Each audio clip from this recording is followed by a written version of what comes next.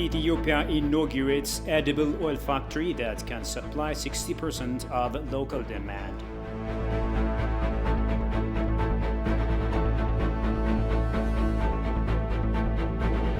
And Ambassador Dina Mufti lauds 34th AU Summit as successful.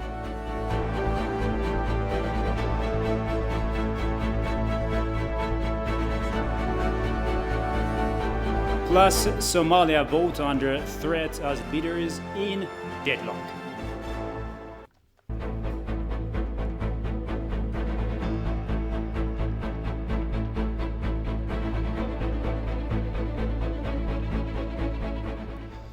This is Addis News Hour with the news. I'm Shifarao Lako. Thank you for watching us.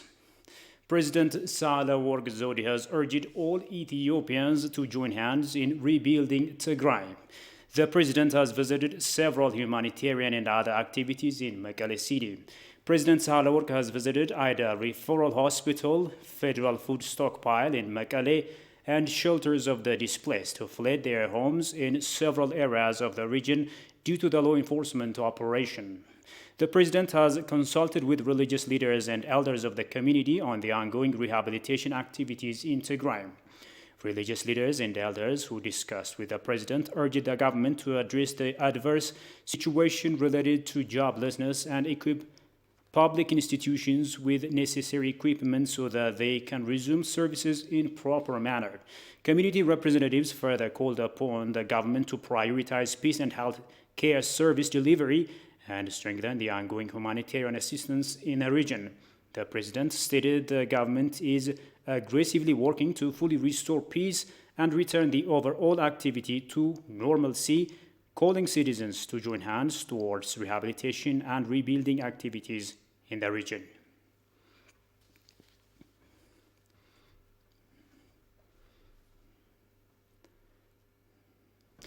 Prime Minister Abiy Ahmed, along with Deputy Prime Minister Dammaqe Mokonnin and other high-ranking government officials, has visited Bure Industry Park's development. The senior government officials have inaugurated today Fibela Edible Oil Factory, the giant palm oil processing plant in Africa. Kasaon Chane presents the story as follows. A very warm welcome to this grand event, Your Excellency, the Prime Minister of the Federal Democratic Republic of Ethiopia.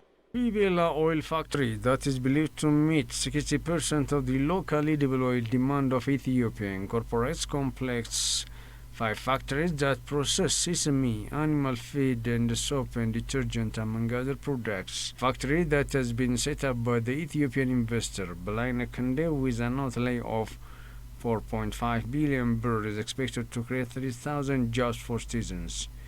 It also includes the production of margarine, plastic, and cardboard. ተስፋም ስራም ይሰጣል። Today, the inauguration of this factory in Bure town is a great deal as it is pioneer for the sector. It is bringing back the fame of the area as it remains to be fertile and prosperous. This is a responsible stride as it gives great opportunity for fellow citizens to take part in the employment opportunities. The establishment of the agro-industry factory is instrumental to ensure import substitutions. The processing of edible oil in the country is beneficial to health and the economy. Factory will have significant role in stabilizing the domestic market of edible oil before going to export. University students in Debre Marcos are responsible to make the agro-industry park conducive for developing the area for recreation as well. The Premier said next time he will take part in planting seedlings in this park. The previous story was presented by Daniel Kasaon. Our apologies. In another story, Prime Minister Abiy Ahmed said the Ethiopian government's law enforcement in Tigray state came at a high cost. Ending the suffering in Tigray and around the country is now his highest priority, the Premier stated in an article he wrote to the Project Syndicate magazine. Kasaon Chane presents the story as follows. In his article entitled Toward a Peaceful Order in the Horn of Africa, Prime Minister Abiy Ahmed said his government's success in the law enforcement measures against the TPLF came at a high cost, and the humanitarian situation in northern Tigray remains grave. But only Ethiopia at peace with a government bound by human norms of conduct can play a constructive role across the region and beyond his trust. Operations undertaken by the Ethiopian federal government have freed the Tigrayan people from decades of misrule by the Tigray People's Liberation Front TPLF. This has ignited new hopes but also anxieties about Ethiopia's future and its role in the Horn of Africa and beyond, he said. The hopes stem from the removal for good of the corrupt and dictatorial TPLF. Ethiopians can now imagine a future based not on ethnic chauvinism but unity, equality, freedom and democracy. Moreover, the source of ethnic division that had poisoned interstate relations across the Horn of Africa has now been overcome, Abiy wrote. But he cannot deny that the removal of the TPLF has fueled unease in the international community. Concerns about ethnic profiling in Tigray and obstacles to humanitarian relief abound. His government is determined to address and dispel these concerns. Quoting Thomas Jefferson's remark, the Premier said, a decent respect to the opinions of mankind compelled him to explain why his government acted to restore peace in Tigray, how they are alleviating suffering there, and why their efforts supported, he hopes, by the international community, while benefit all his country's people, including those in Tigray and throughout the greater Horn. No government can tolerate air soldiers and innocent civilians being ambushed and killed in dead dozens, as happened at the hands of the TPLF last October. His primary duty as Prime Minister and Commander-in-Chief of the National Armed Forces, after all, is to protect Ethiopia and its people from internal and external enemies, he added. The government's operations in Tigray were designed to restore peace and order quickly. In this, they succeeded, but the suffering and disease that occurred despite their best efforts have caused much distress for him as well as for all peace-loving people here and abroad. Indeed, the suffering in Tigray and around the country is now his highest priority. This is why he is calling for the United Nations and international relief agencies to work with his government so that they can together deliver effective relief to all in Tigray who need it, Abiy underlined. Meanwhile, they are working day and night to deliver necessary supplies to their citizens in Tigray and to those in want in neighboring provinces, as well as to ensure that human rights are respected and normal lives restored, despite the hopes of mentioned challenges to overcome in due course. For example, reconnecting communication lines deliberately destroyed by the TPLF is testing their capacity to deliver humanitarian aid. And this work of reconstruction, the international community can be of enormous help. His government is also prepared to assist community leaders in Tigray who are dedicated to peace. Indeed, they are already reaching out to them. Abiy indicated that with this article that the international community understood what the TPLF was. Many had condemned its ethnic-based violence. Sadly, some were ready to turn a blind eye to TPLF torture, disappearances and extrajudicial killings. Without the TPLF, it was said, Ethiopia risked fragmenting along ethnic lines, like Yugoslavia in the 1990s. Ethiopia's collapse, the argument went, would usher in chaos across the Horn of Africa. He further mentioned that TPLF-induced challenges in terms of his administration's reform measures since he came to power, and the roughly 5 years leading to his election in April 2018 as leader of the then ruling Ethiopian People's Revolutionary Democratic Front, which until then had included the TPLF. Popular challenges to the regime multiplied. The TPLF responded with its usual brutality. The 2018 vote moved the country in a new and inclusive direction. The political party he now leads is the first in Ethiopia that is not based on race, religion or ethnicity. Moreover, the premier illustrated that the TPLF's regional policy was a crude extension of its domestic divide and rule strategy.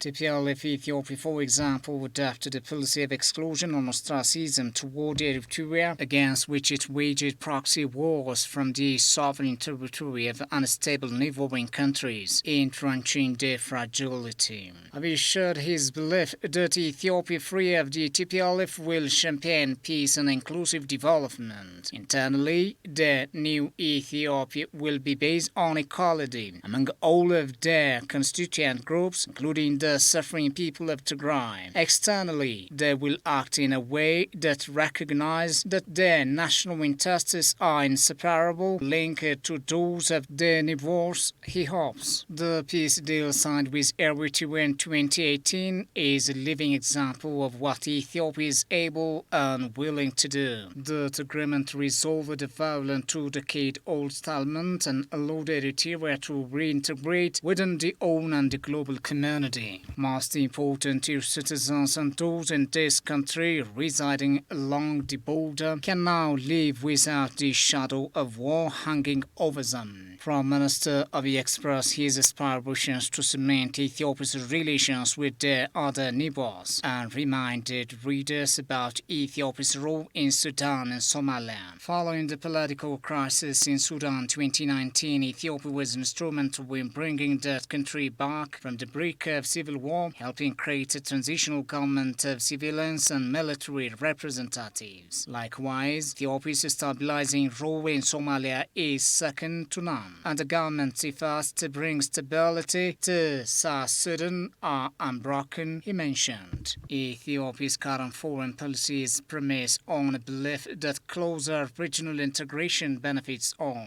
Their efforts to make operational the African Continental Free Trade Area are a key part of this. He evidenced his remarks with the government's recent inauguration of a highway that links the Addis Ababa, Nairobi, Mombasa corridor, a project that removes physical barriers to cross-border trade between Kenya and Ethiopia. Likewise, the road from Addis Ababa to the Eritrean port of Assab is being rehabilitated as a transport artery for international trade. Moreover, in partnership with the private sector, new expressways are being planned to connect Ethiopia with the ports of Djibouti and Assab to replace the older road now being rehabilitated, which will then be linked with Juba, South Sudan's capital, providing that impoverished landlocked country with a viable outlet for trade, he envisioned. Joint projects in ports and logistics, industry parks and potash mining are also being developed, and it is his profound hope that the Grand Ethiopian Renaissance Dam, when completed, will gain the support of all of their neighbors and offer unprecedented opportunities for everyone in East Africa, he said. Now moving on, Ambassador Dina Mufti launched the 34th AU Summit as successful. In an exclusive interview with ETV this evening, the ambassador says the summit deliberated on a range of agendas, including COVID-19 vaccines, silencing the guns, having common aviation and development. Take a listen. This year, COVID-19 has been one of the critical agendas, one of the focuses of the African Union. The idea of overcoming this challenge is out there. The idea of disseminating vaccinations all over Africa is aimed at not letting anyone to be left out, that every African in a short while should be vaccinated. Donors, entrepreneurs, and the resources should be mobilized by the African Union itself, and the vaccination project has to be implemented. These are one of the agendas as well. Well, there was an agenda of silencing the gun by 2020, which unfortunately could not be fully materialized because still there are certain, gunshots here and there in Africa. And peace and security again is also on the top of the agenda. Development as well, integration as well, strengthening Africa, especially there had been a success that had been registered in the areas of creating free trade zone for African countries. The summit is expected to come up with new decisive outcomes that can help the Union move a step forward, Dina mentioned. These assemblies, normally they come out with the declarations. Very soon we'll get the details of the declarations actually this evening. And this declaration normally revolves around those major ideas. And the strategies and tactics of implementing them will be mapped out by each region and each country, so that everybody will take the responsibility of implementing it. And coming out with this decision itself is an achievement by itself. Implementation is another round, and definitely everybody is hoping that these decisions and declarations by the Assembly will be implemented for the sake of the African peace, African security, and African prosperity. The ambassador further stated that the 34th AU summit has so far been fruitful. It was successful. The new president of this assembly, which has taken up the leadership from the previous president, that is South African president. The current president, as you know, is the president of DRC, has expressed his thanks for the host country, that is Ethiopia. He expressed his particular gratitude for the President, Her Excellency Sahle-Work Zewde, and the Prime Minister, Dr. Abiy Ahmed, for the successful hosting and warm hospitality the leadership have accorded him and his delegation, because he is in the city. He has already taken over the helm of the leadership from the previous President of South Africa at the Mandela Hall here in the AU headquarters. And it was so successful because it has been accomplished with a sense of valor and victory. Now, the World Food Programme affirms that the need for a strong partnership between the government of Ethiopia and the entire humanitarian community to rapidly scale up a collective response to meet the immediate humanitarian needs of the people in Tigray. It said in a statement that there have been recent positive engagements with the government of Ethiopia by senior UN officials, including the Under-Secretary General for Safety and Security, the High Commissioner for Refugees, and the Executive Director of the World Food Programme. The statement further depicts that the engagements have acknowledged the commendable measures being undertaken by the government and partners to address humanitarian needs in Tigray. They have also concluded that humanitarian assistance must be expanded and intensified without delay. The WFP also commends the emergency food assistance that the government and partners have already provided to the people of Tigray since the onset of the crisis, reaching almost 1.7 million people with emergency food distributions. 26,000 Eritrean refugees residing in 2 camps have also received food and nutrition assistance. WFP has indicated to the government its readiness to add to these efforts and has accordingly accepted requests from the government to augment the transportation capacity of the government and partners to deliver humanitarian assistance into and within Tigray.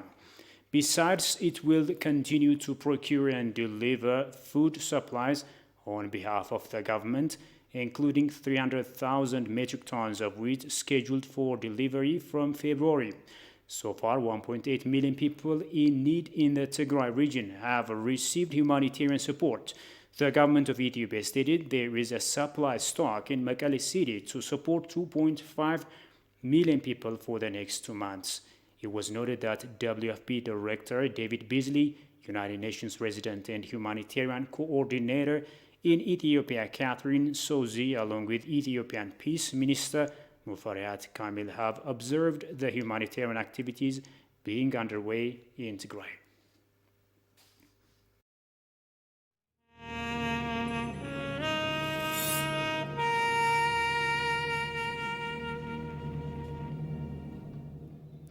The Ethiopian Minister of Water, Irrigation and Energy, Sleshi Bekele, reaffirmed Ethiopia's commitment to continuing to resolve disputes with lower riparian countries regarding the Grand Ethiopian Renaissance Dam through dialogue. The minister underlined that Ethiopia never aspired to hurt its neighbors, but it strived to benefit them. The minister made the remark in an interview with Al Jazeera. Emmanuel Jorde presents the story compiled by the Ethiopian news agency. Ethiopian Minister of Water, Irrigation and Energy Selashi Bekele told Al Jazeera that Ethiopia's unchanging stance regarding disputes over the $4.6 billion GERD is to resolve through discussions. The minister noted that tripartite negotiations have resulted in some agreements, including technical issues. However, he said they have been very careful on issues which may affect Ethiopia's right towards developmental activities in the coming time. There are legal issues that are explicitly or impliedly trying to foreclose Ethiopia's future development right and interest. Therefore, we have to be careful in concluding this kind of rules and guidelines. He pointed out that Ethiopia has a standoff pre-agreement on Article 5A of the guideline for the filling of the dam. Ethiopia suggested, and let's conclude first agreement based on the first filling up to the full level, and then continue negotiating on the difficult part, which is the operational one, which is entangled with rules that are beyond the GERD. Therefore, that is where we have, serious contention and still didn't conclude. Elaborating on the point of disruption of the AU process, he stated that Ethiopia never blocked the AU process, but that it was insisting on the continuation of the platform. Therefore, the discussion should focus on administrative issues mentioned in Article 5, Sub-Article 2, Selashi said. The Grand Ethiopia Renaissance Dam is a single project for Ethiopia. Ethiopia has future development needs for power generation, for agricultural productivity project, for drinking water supply, for industrialization. But trying to hinder Ethiopia's future development by putting in a certain type of article that prevents or explicitly or impliedly, Ethiopia will not agree to that. Ethiopia is not focusing on its development only, but also on the development of the region, he disclosed, adding that when it has excess electricity, it can share to the region. Asked whether the GERD is a political project to control the Nile water, the minister emphasized that the dam is not designed and built for political purpose. The multi-billion-dollar dam was rather meant to harness the socio-economic benefits that particular infrastructure provides. It is very near to the border with Sudan. About 20 or 40 kilometers maximum from the border. This is, in fact, a huge infrastructure that serves to transform Sudan. This is really a fake accusation because it's not built for political purpose. It's rather to transform the life and the livelihood of 110 million people in Ethiopia who actually contributed, each and every walk of life, contributed resource actually to build this dam. The country has not achieved universal electricity access, and access to electricity is very low. Some 65 million people in Ethiopia are without electricity.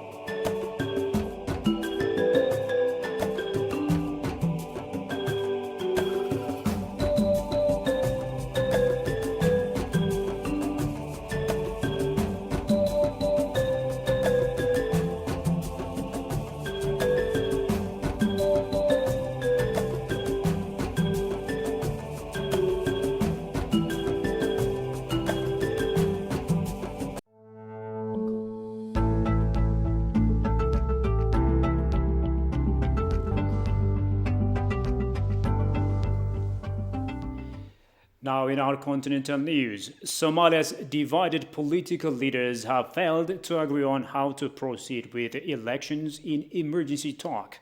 A government minister has announced just days before the end of the president's current term. Goshumelis has more on that from Africa News. Somalia's deadline to pick a new president is due on Monday, but that is now unlikely after negotiations between the central government and federal states collapsed. Somalia's president, who is seeking another term, accused two of the 5 semi-autonomous regions, Puntland and Jubaland, of failing to compromise. For the last meeting of Samareb 4 held in Do Samareb, I expected that the meeting would be fruitful. Unfortunately, that didn't happen. As you know, the Minister Dube explained last night the reasons of the meeting's failure. It means a deal to hold indirect parliamentary and presidential elections this year are scuppered. The country aimed to hold a direct election, but delays in preparations and daily attacks by Al-Qaeda-linked Al-Shabaab insurgents prevented that. The president himself is the main impasse to the elections. It is not under any question. It is clear the president of the federal government is responsible for all problems because he wants to rig the election. Since 1991, Somalia has only had a limited central government. It is trying to rebuild with UN help, but now that plan is under threat. Finally, a quick reminder of the top stories. Ethiopia inaugurates edible oil factory that can meet 60% of local demand.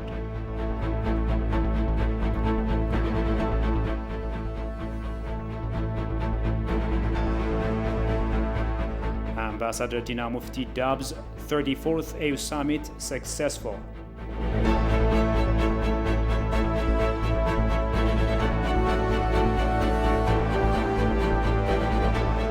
And Somalia vote under threat as leaders in deadlock.